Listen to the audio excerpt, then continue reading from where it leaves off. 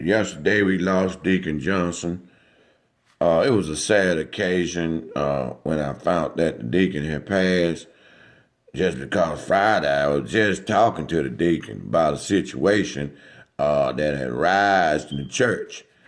I have been a pastor. I heard that the deacon was shashaying around with one of the young members of the church, and I didn't appreciate that. So I called the deacon over to my house.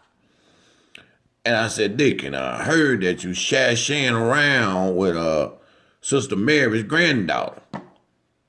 You know what I'm saying? He said, yeah, Pastor, when I was standing by the church last week, and she smelled like carnation milk.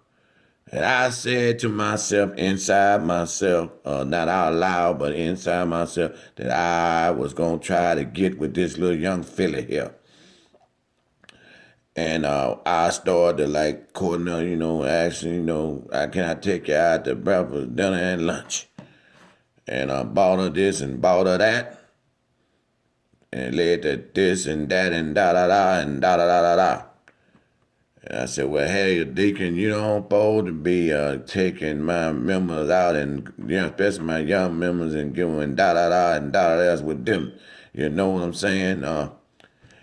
And yes, I told him, I tried to warn him that he is too old, and he also married, that he don't need to be messing around with that young girl because things might lead to other things, and he can't handle the thing that gonna come across him when he get to that thing. That's what I told him, congregation. I told him that.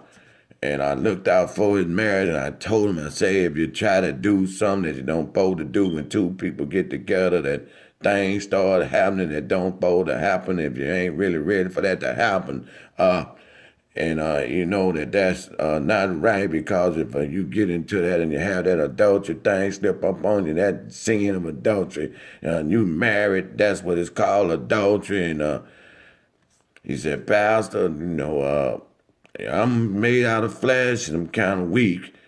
And I said, you don't have to be weak. Just think about your wife and don't do them things. Now, that's what I told him, congregation. You know what I'm saying? Now, Kizilla, well, you and him was in that hotel, and right now, you're going to have to go on with your life because he's gone. He's gone to the upper or the lower room. We don't know. We ain't the one to judge, but he did commit adultery, and that is a sin. And all I'm trying to find out, and I guess the congregation want to know, did he die with a smile on his face?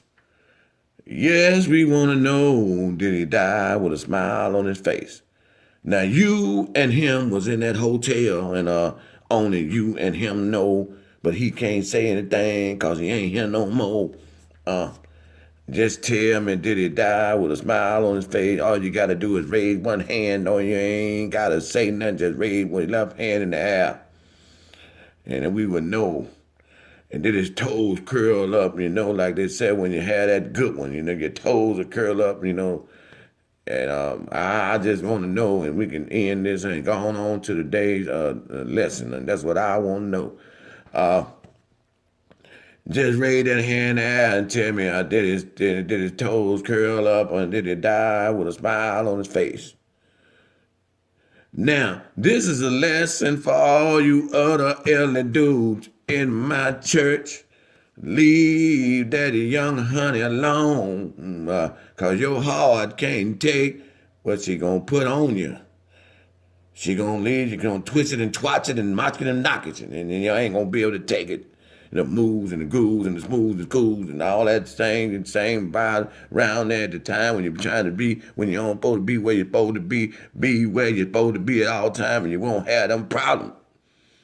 That's right. I'm your pastor, and I'm trying to get you, I'm trying to set you straight right now, for you won't be like Brother Johnson and go to the lower or upper room.